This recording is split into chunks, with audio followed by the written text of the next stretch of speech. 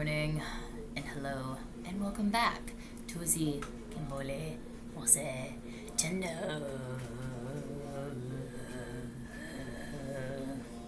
where we talk about awesome things literally all the time.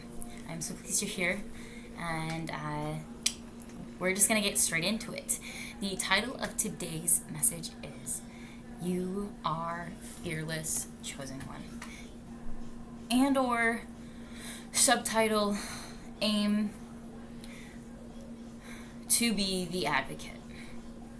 I think aim to be the advocate / you fear nothing, chosen one. So what up? Yeah, last night was crazy.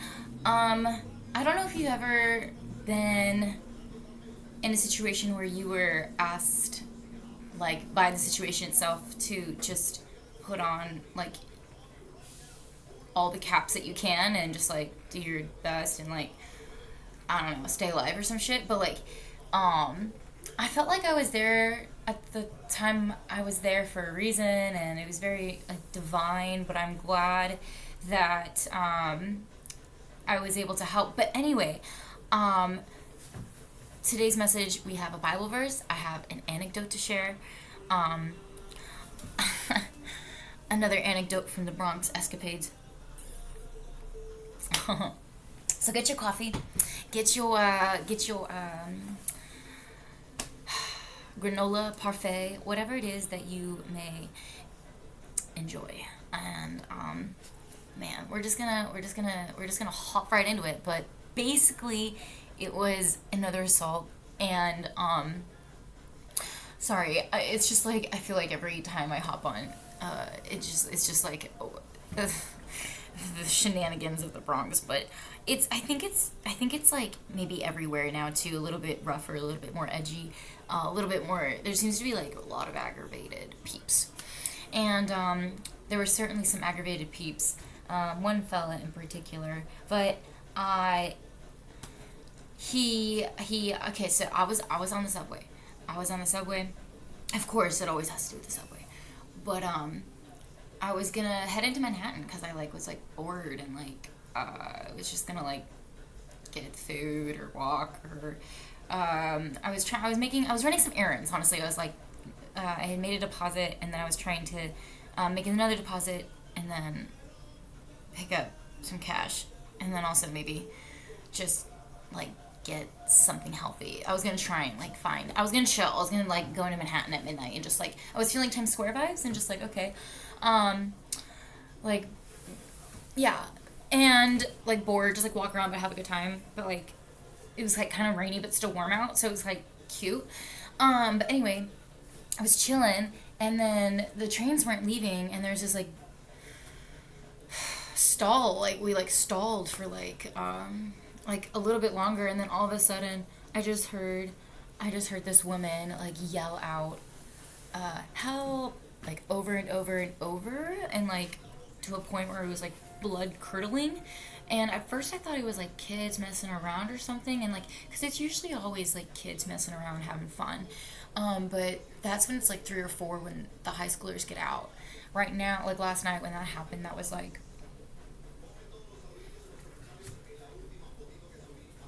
coming up on 11:30, and it was raining and it was dark, but no, there was nothing happening, and I just kept hearing, and I just had this feeling of my heart sank, and my stomach also went up into my throat at the same time because I was something really terrible was happening, and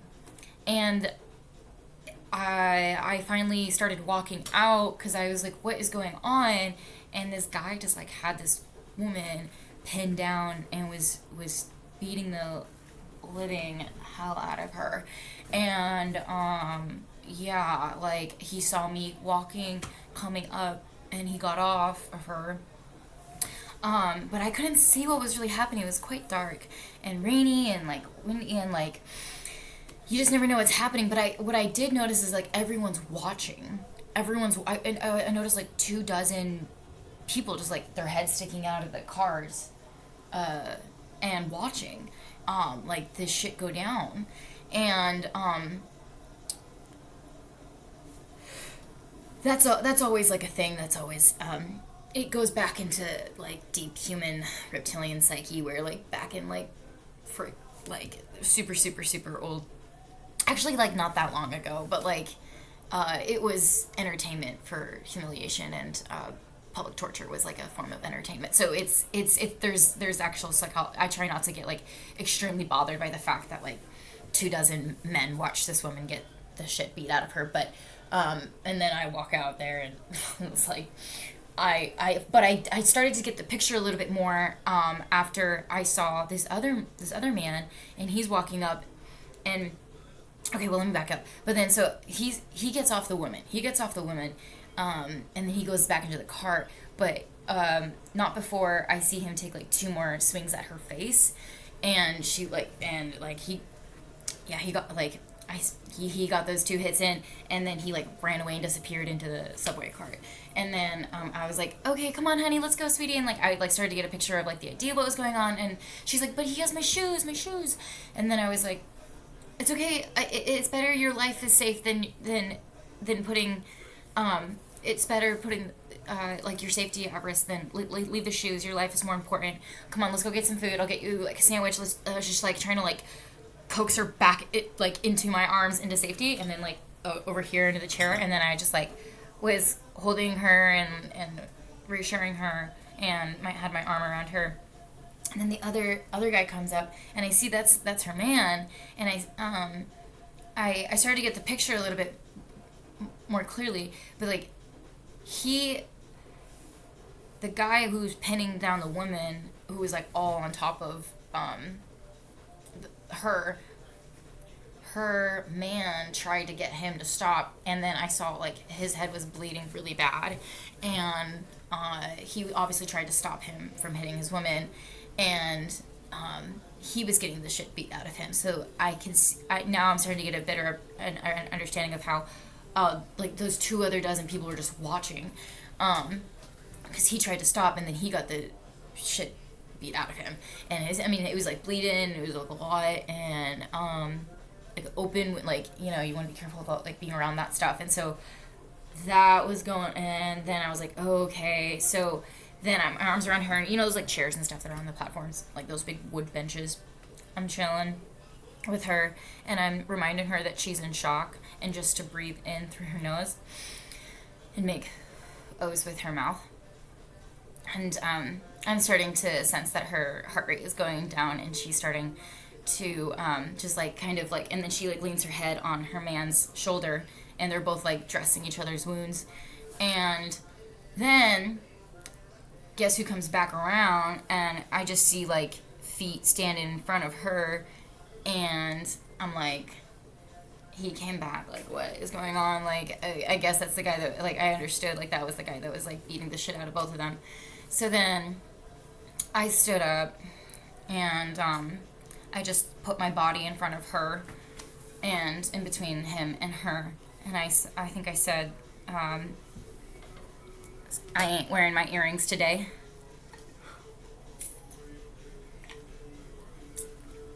And then like in my head too, I was thinking, I worked out twice today. I'm a little hungry. It's nice to meet you. You've beat the shit out of these folks enough.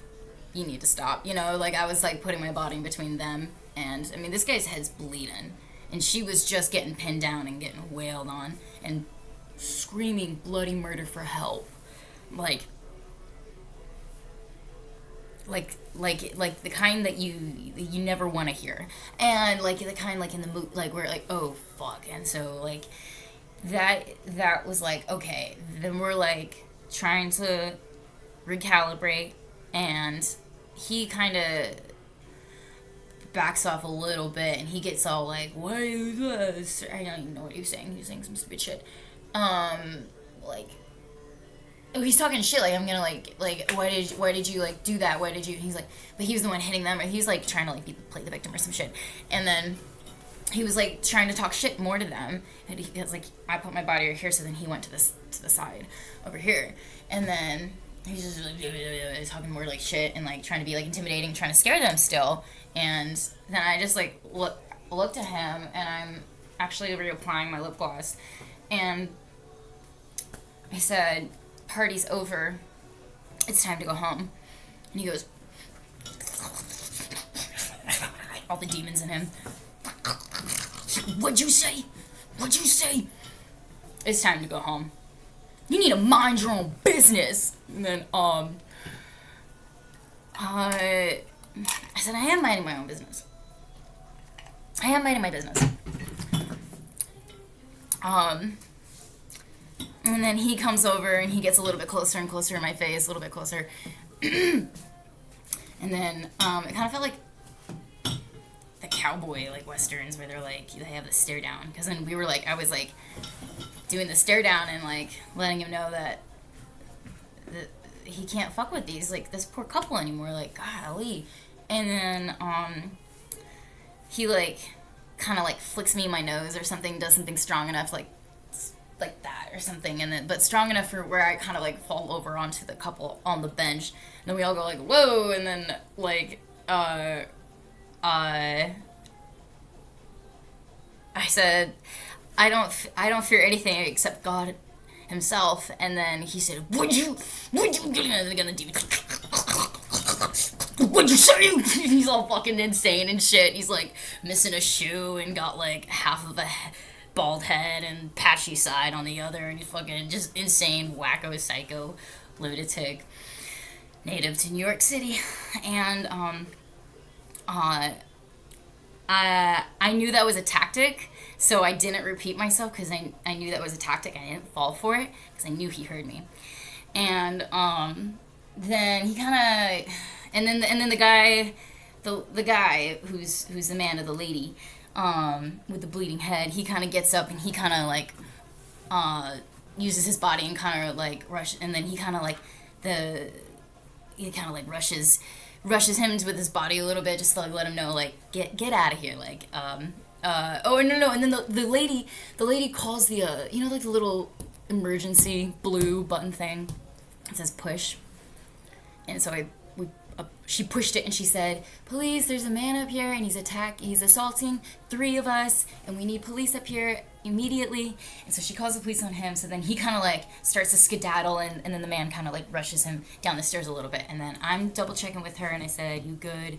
Are you okay right now?" And I was attentive to her, and she said, "Yeah, something about how she's gonna need to take him to get medical attention." And then her man comes back up the stairs, and then the 3 of us are just kind of standing up there, kind of, like, tense, kind of, like, adrenaline still running through our veins and shit. And then I said, "Okay, well, should we all just sit back down then again?" And then he's like, "Yeah." And then we all kind of shuffle back over, kind of, like, wow. Like, feeling a little, like, come on, man, a little ripped off at that point.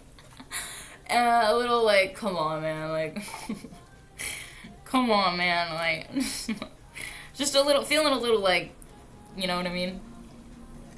This is a real problem we're having right now. And then, he comes back up the stairs, and he's got this, like, funny little, like, fucking elementary school looking backpack and shit, and he's like one strap in that shit, and he comes back up the stairs, bro.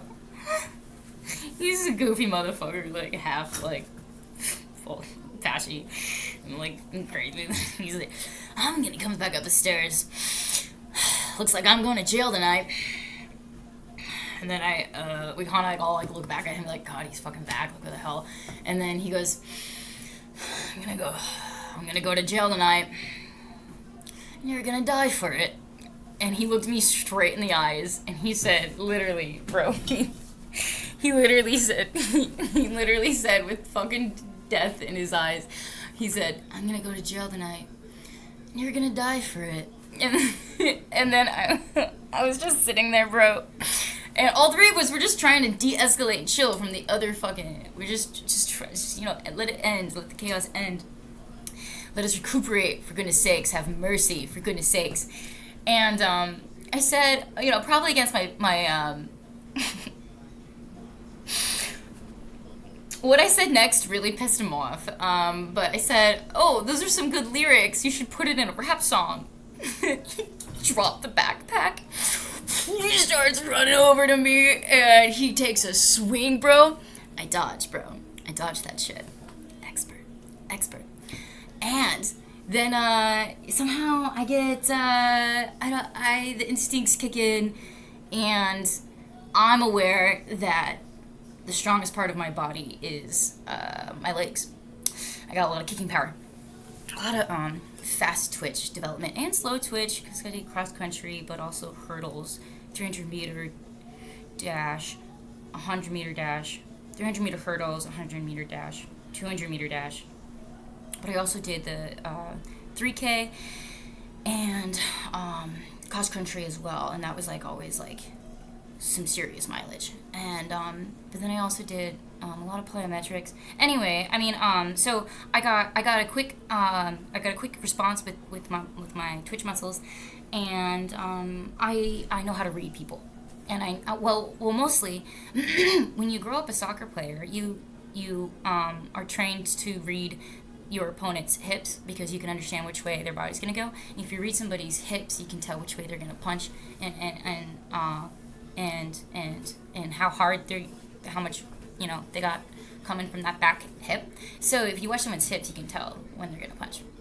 And then I could also just like read. I'm also good at reading people. And if you know how to read somebody, you don't really like need how to fight. Like you do always need to know how to fight. But like if you can like be the one dodging, let the opponent exert all their energy and get mad, then you're cool as a cucumber. You never even had to lift a finger. And so I do know how to I'm aware of the strongest parts of my body in order to fight off an enemy. And believe it or not, this wasn't even the scariest part of the night. So anyway, I dodged that swing, and he was coming in hard. And he said something about how he wanted to break my nose, and that was when I said, "The only thing I fear is God himself." What'd you say? And the demons erupted up into the air onto the platform subway. So then I dodged that hit, and then I get down and I use the wood bench as a shelter, and then I'm like doing this, and I'm aware that my legs are the strongest, so then I kick, and I have there was an occasion where there was a time where I have broken a man's ribs before with my legs. So I'm aware that my legs are the strongest part of my body and therefore the best option for defense. And so I started kicking, and then he like up from above, like with all my might that I could, and then he grabs a hold of my ankle and he drags me along the subway platform, and the other two, the couple, are holding my arms and they're trying to pull me back. And thank God that and this was all like divinely planned. I was never ever gonna get touched or harmed, and because I have a Bible verse on this. The boot that I was wearing got loose, and all he was able to get was just the boot, and he flung it like a frisbee across the tracks, and the three of us I got out back quickly, and I was like, okay, I like quickly saw the boot just fly across like a frisbee, and I was like, my boot! And then the guy was like, okay, relax, chill. And then the guy that was just so mad that he didn't just kill me was like, keep running your mouth. I was like, and then the train came at that time, and it was like that high stress part in a movie or whatever, when like violence is avoided, and then the train comes and the bad guy gets on the train, and then the three people go and sigh in relief. And so this wasn't even the scariest part of the night, believe it or not. And then I'm gonna wrap up the story though, and this is just so I walk out with one boot, and the couple, we all kind of walk back down, and they're gonna get medical attention, and they talk to the conductor guy in the booth down there, and then I start walking back onto White Plains, and I feel an instinct to turn right and like go up this like suburb way. And I see this guy who's like chilling in his garage. And by the way, I wanted to make a point on this. I don't know what it is, but a garage is only a garage. But then when a man comes into a garage, it's the shit.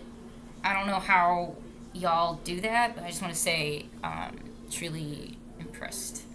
The vibes of like chill time hanging in the garage with a man or with like men, it's like I don't know, kudos, it's kudos.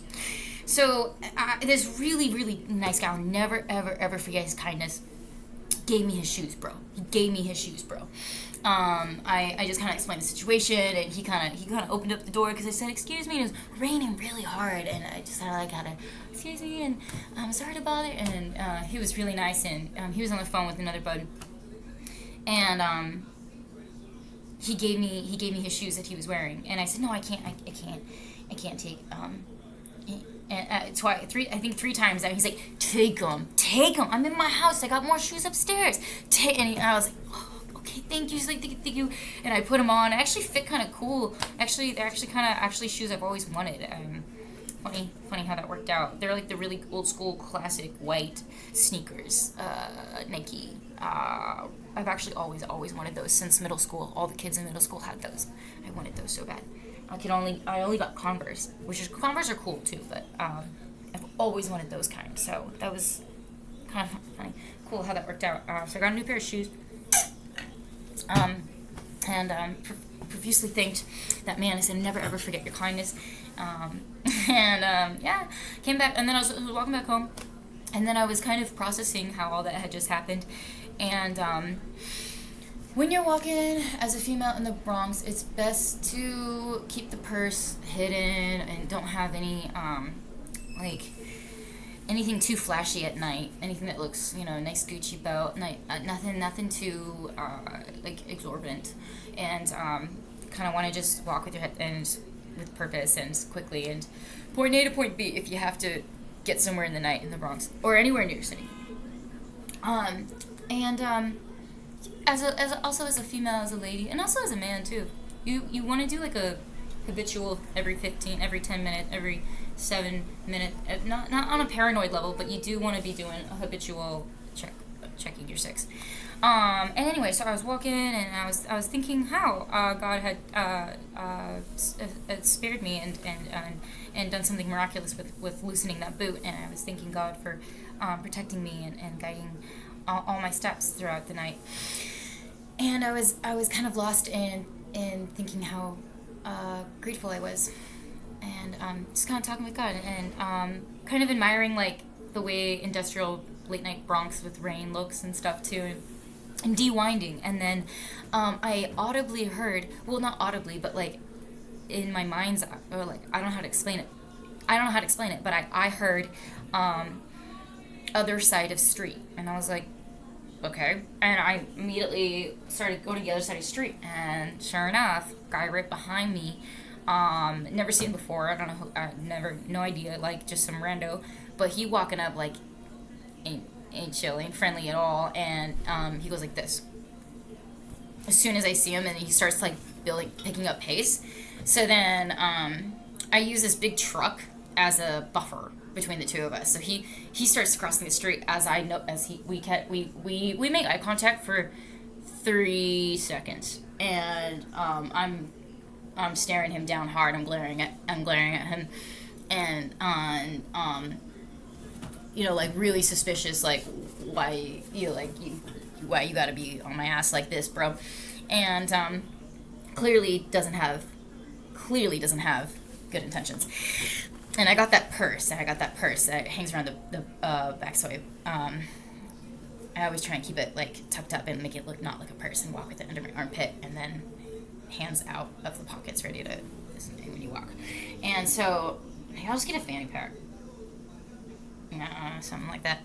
And then he crosses the street right as I cross the street, and we're doing a stare down, and he don't look friendly at all. Like, clearly not good intentions. And then I used the big truck as a buffer. And then I crossed back to the other side of the street where I originally was, and I just book it. My instincts just told me to run like hell. And so I ran until until it was like busy again with people and it wasn't as industrial. And pretty much rest of the night, I came home, and yeah, that was it. But basically, sometimes we're in situations in life where we're asked to not have any fear in a very fear-inducing situation. We're given the book of life, and it's an active word, and so these words are forever timeless and inspirational and a guide for us in scary times of our lives. Psalms 23:4.